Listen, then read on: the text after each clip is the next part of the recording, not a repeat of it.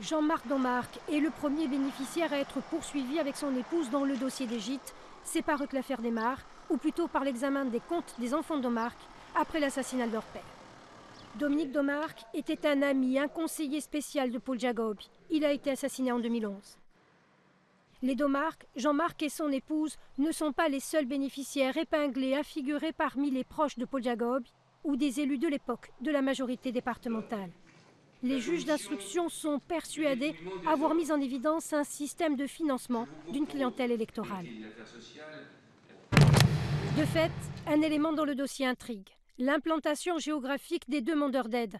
Ils sont tous situés dans la 2e circonscription de la Haute-Corse, et notamment dans le Vénaquais et dans 2 communes de la plaine orientale, Ghisonaccia et Prunelli-di-Viumo. Les bénéficiaires faisaient partie de l'entourage des maires du secteur. Les appartements, situés à l'étage de cet immeuble qui aujourd'hui a changé de propriétaire, faisaient partie des dossiers litigieux, incomplets avec des fausses factures de travaux. Situés en bordure d'une route territoriale louée à la saison, ils ne répondaient pas aux critères d'un gîte rural.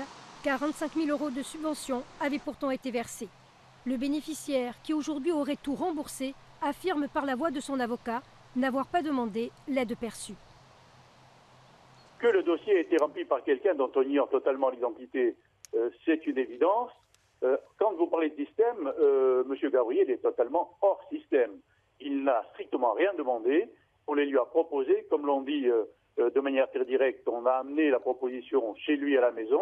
Maintenant, quand vous dites des élus, on verra ça, l'audience le dira. Mais il est exact que c'est quelque chose qu'il n'a pas demandé, qu'on lui a proposé de manière très insistante. Sur le site du conseil départemental, la recherche gîte n'aboutit à rien. En fait, ces aides n'ont jamais fait l'objet d'une quelconque publicité. Seules des personnes bien informées ou sollicitées pouvaient y avoir accès. À Vénaco, ils ont concerné notamment des employés de la mairie ou de la collectivité territoriale ou de Paul Jacobi lui-même. Autre exemple d'anomalie, une aide accordée au rapporteur de l'époque de la commission du monde rural, Pierre-Marie Mancini. La commission décidait de l'attribution de ces aides. Les avocats de la défense contestent avec force l'existence d'un système de clientèle. Il sera pourtant bien au centre du procès.